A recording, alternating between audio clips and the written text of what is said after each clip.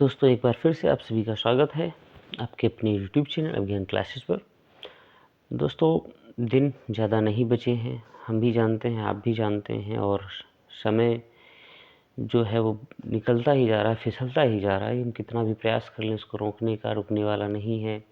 और जिस दिन का हम इंतज़ार कर रहे थे कि कब इसकी परीक्षा होगी, वो परीक्षा भी निकट आने वाली है, सन्निकट ही है। तो दोस्तों चैनल के माध्यम से जो भी आपको स्टडी मटेरियल उपलब्ध कराया जा रहा है, जो भी प्रैक्टिस सेट दिए जा रहे हैं, उसी श्रृंखला में हम आगे बढ़ते हुए एक और वीडियो आपके लिए हिंदी प्रैक्टिस सेट का वीडियो मैं पुनः लेकर उपस्थित हूँ।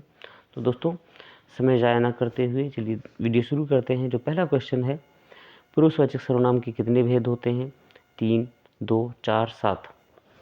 पुरुषवाचक सर्वनाम के कितने भेद होते हैं? तो 3 भेद होते हैं। जैसे अंग्रेजी में 3 भेद होते हैं, first person, second person, third person, वैसे यहाँ हिंदी में भी 3 भेद होते हैं। ठीक दोस्तों, इसमें जो होते हैं 3 भेद, उत्तम पुरुषवाचक है, उत्तम पुरुष है, मध्य पुरुष है, मध्यम पुरुष है और अन्य पुरुषवाचक। ठीक है, तो 3 ये भेद होते हैं, तो टिक कर लीजिएगा 3। जो विकल्प ए है आपका वो बिल्कुल सही है। फिर दोस्तों विशेषण के मुख्यतः कितने भेद होते हैं? तो विशेषण के मुख्यतः 4 भेद होते हैं। कितने होते हैं? 4 भेद होते हैं। गुणवाचक है, परिमाणवाचक है, संख्यावाचक है और सार्वनामिक है। तो ये 4 विशेषण के भेद होते हैं। शिक्षक ने पाठ पढ़ाया, वाक्य में किस कारक का प्रयोग हुआ है? तो शिक्षक ने पाठ पढ़ाया, तो इसमें विभक्ति के अनुसार अगर हम देखते हैं तो कौन सा है? कर्ता ने। देखिए, तो कर्ता ने यहाँ पे हम बात करते हैं शिक्षक ने, तो कर्ता कारक हो जाएगा। ठीक है, कर्ता कारक हो जाएगा। अगला प्रश्न है, पुस्तक रखी है, वाक्य में वचन है। पुस्तक रखी है एक वचन है, बहुवचन है, द्विवचन है, त्रिवचन है।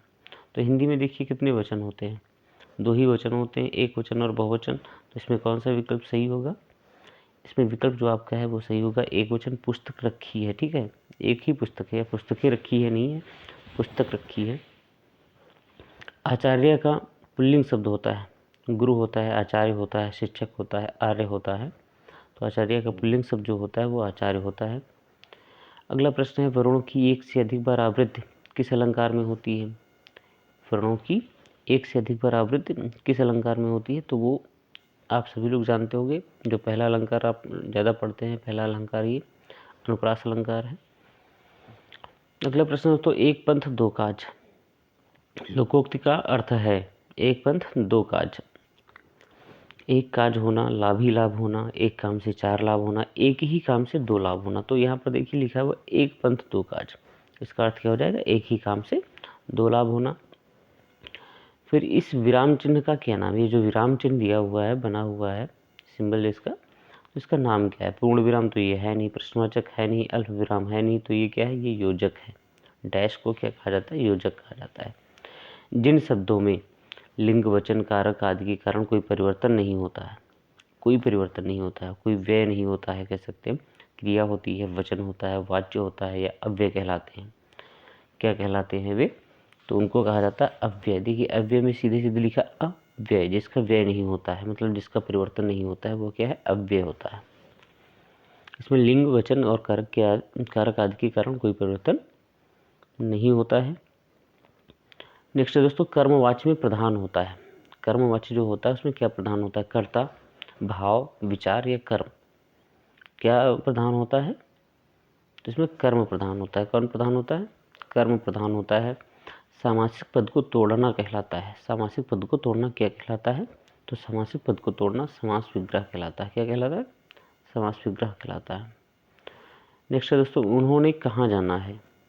उन्होंने कहाँ जाना है वाक्य में किस प्रकार की अशुद्धि है? तो उन्होंने कहाँ जाना है, इसमें जो है उन्होंने लिखा हुआ है, तो ये शब्द गलत लिखा हुआ है। यहाँ पर सर्वनाम जो है वो क्या होना चाहिए? उन्हें कहाँ जाना है। क्या होना चाहिए? उन्हें कहाँ जाना चाहिए। तो इसमें सर्वनाम संबंधी त्रुटि है।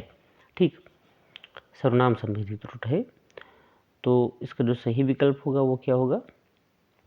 ए वाला होगा। देखिए उन्होंने यहाँ पर, ठीक है, कहते उन्हें कहाँ जाना है, तो ऐसे होगा ये। अगला है दोस्तों, स्वर संधि में किसका मेल होता है? स्वर संधि में स्वरों का, व्यंजनों का, शब्दों का, मात्रा का। तो स्वर संधि में किसका मेल होता है? स्वरों का होता है, व्यंजनों का होता है, या शब्दों का होता है, या मात्रा का होता है। तो स्वर संधि है तो स्वर संधि में स्वरों का मेल होगा, व्यंजन में व्यंजन का होता है। ऐसे कह लीजिएगा और क्या। खिलौना शब्द में मूल शब्द है, खिलौना शब्द में मूल शब्द क्या है? खिल है, खेल है, औना है या ना है? तो खिलौना शब्द में मूल शब्द क्या है? खेल है। ठीक है, खेल से ही खिलौना बना हुआ है। निर्गुण शब्द में उपसर्ग है, नि उपसर्ग है, नी उपसर्ग है, निर उपसर्ग है या निर्गु उपसर्ग है। तो निर्गुण शब्द में निर उपसर्ग है। कौन सा है? निर उपसर्ग है। ठीक दोस्तों, आगे जो बढ़ते हैं, आगे जो प्रश्न है वो क्या है? अपने जीवन पर स्वयं लिखी कथा वाक्यांश के लिए एक शब्द होगा। अपने जीवन पर स्वयं लिखी कथा का वाक्यांश के लिए एक शब्द होगा। देखिए, अपने जीवन पर एक होती है लिखी हुई कथा, ठीक है, और एक होता है अपने आप अपनी कथा को लिखना, अपने जीवन की कथा को अपने आप लिखना। तो उसके लिए वाक्यांश के लिए एक शब्द पूछ रहा है। रेखा चित्र होगा, संस्मरण होगा या आत्मग्लानि होगा। तो हमको क्या लिखेंगे? उसको आत्मकथा लिखेंगे। और अगर कोई और लिखता है आपके जीवन पर या किसी और के जीवन पर कोई दूसरा व्यक्ति लिखता है तो उसको जीवनी कहते हैं। ठीक है, उसको क्या कहेंगे? जीवनी कहा जाएगा। ठीक दोस्तों, अगले प्रश्न की तरफ बढ़ते हैं। निम्नलिखित में से तद्भव शब्द कौन सा है? निम्नलिखित में से तद्भव शब्द कौन सा है? ग्राम नहीं है, अश्रु है, सूर्य है, माथा है। तो इसमें से तद्भव शब्द कौन सा है? देखिए, तो ग्राम भी तद्भव नहीं है, ये तत्सम है। तो ये भी अश्रु तत्सम है, सूर्य भी तत्सम है। माथा जो है ये क्या है? ये तद्भव है। माथा क्या है? माथा तद्भव शब्द है। ठीक, माथा तद्भव शब्द है। जैसे ग्राम है तो वो तत्सम है, तो ग्राम का तद्भव क्या होता है? गांव होगा। अश्रु का आंसू होता है, सूर्य का सूरज होता है। तो इसी तरह माथा का जो तत्सम होता है, उल्टा है, माथा को जो तत्सम होता है वो होता है मस्तक। ठीक, अगला है समान अर्थ बताने वाले शब्द क्या कहलाते हैं? जो समान अर्थ बताते हैं। ठीक, जैसे कमल है तो इसके जैसे जो समान अर्थ इसका बताएंगे तो उन्हें क्या कहा जाता है? विलोम शब्द कहते हैं, अनेकार्थी कहते हैं, पर्यायवाची शब्द कहते हैं या सामान्य शब्द कहते हैं। तो समान अर्थ जो शब्द बताते हैं उनको पर्यायवाची कहा जाता है। जैसे पंकज, पंकज का अर्थ क्या हो गया? कमल हो गया। तो पंकज और कमल एक दूसरे के क्या है? समानार्थी भी हैं। और पर्यायवाची हो गया तो पर्यायवाची शब्द हो जाएगा ये। अन्न अन्य शब्द युग्म के सही अर्थभेद का चयन कीजिए। अन्न अन्य, तो इसका अर्थ क्या है? तो एक देखो, अन्न है तो अन्न का अर्थ होता है अनाज और अन्य का अर्थ होता है दूसरा। इसमें कौन सा विकल्प सही है? पहला ही विकल्प आपको सही मिल जाएगा, बाकी अनाज फल ये गलत हो जाएगा, पेड़ पौधे दूसरा पराया ये सब गलत हो जाएगा। तो आपका विकल्प क्या सही है? ए टिक कर लीजिएगा। राजपुत्र में कौन सा समास है? राजपुत्र में कौन सा समास है? राजपुत्र में राजा का पुरुष। ठीक है, किसका पुरुष? राजा का पुरुष। तो इसमें देखिए विभक्ति का लोप है, विभक्ति है। ठीक है, कौन सी है? षष्ठी विभक्ति है।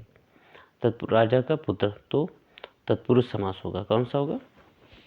तत्पुरुष समास होगा। अद्भुत रस का स्थायी भाव है। अद्भुत रस का स्थायी भाव क्या होगा? क्रोध होगा, उत्साह होगा, विस्मय होगा, भय होगा। तो अद्भुत रस का स्थायी भाव है विस्मय। अद्भुत का आश्चर्य होता है, विस्मय हो जाएगा। अगला प्रश्न है, चारपाई में समास है। चारपाई में कौन सा समास है? चार पाई, चार हों पाए जिसके, चार हों जिसके पैर, तो ये संख्यावाची हो जाएगा। तो कौन सा है? द्विगु समास हो जाएगा। कौन सा हो जाएगा?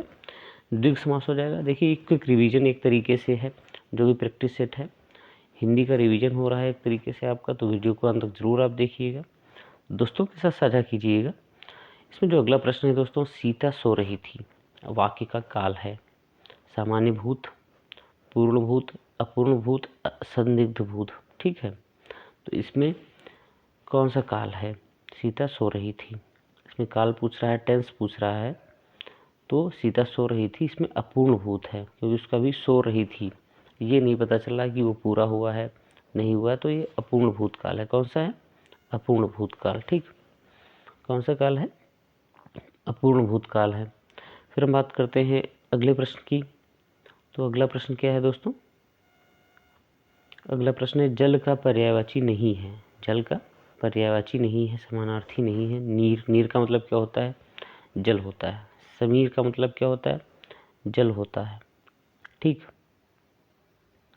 नहीं, माफ़ कीजिए, समीर का मतलब क्या होता है? हवा होता है। समीर का मतलब हवा होता है, वायु होता है। सलिल का मतलब क्या होता है? जल हो जाता है। अम्बु का भी मतलब जल हो जाता है। तो समीर इसका पर्यायवाची नहीं है। समीर किसका पर्यायवाची है? हवा का पर्यायवाची है, वायु का पर्यायवाची है। ठीक, समीर जो है वो हवा का पर्यायवाची है, तो टिक कर लीजिएगा। नेक्स्ट है दोस्तों, और अंतिम भी है, जटिल का विलोम क्या होगा? जटिल का विलोम कठिन होता है, तो जटिल का अर्थ ही कठिन होता है। रूढ़ नहीं होगा, मुश्किल नहीं होगा, क्या होगा? सरल होगा। क्या होगा? जटिल का विलोम क्या होगा? सरल होगा। तो दोस्तों, हर रोज़ की तरह ये 25 क्वेश्चंस हिंदी के ये आपके लिए मोस्ट इम्पॉर्टेंट होने वाले हैं। तो वीडियो अगर आपने अभी तक मतलब हमारे चैनल से तो जुड़े हुए हैं, आसानी से जुड़े हुए हैं, और अगर आपने सब्सक्राइब नहीं किया है चैनल को तो आगे की अपडेट आप मिस करेंगे। अतः चैनल को सब्सक्राइब कीजिएगा, बेल आइकन को प्रेस कीजिएगा, अपने दोस्तों के साथ साझा कीजिएगा। ठीक है दोस्तों, मिलते हैं अगले वीडियो में। नमस्कार।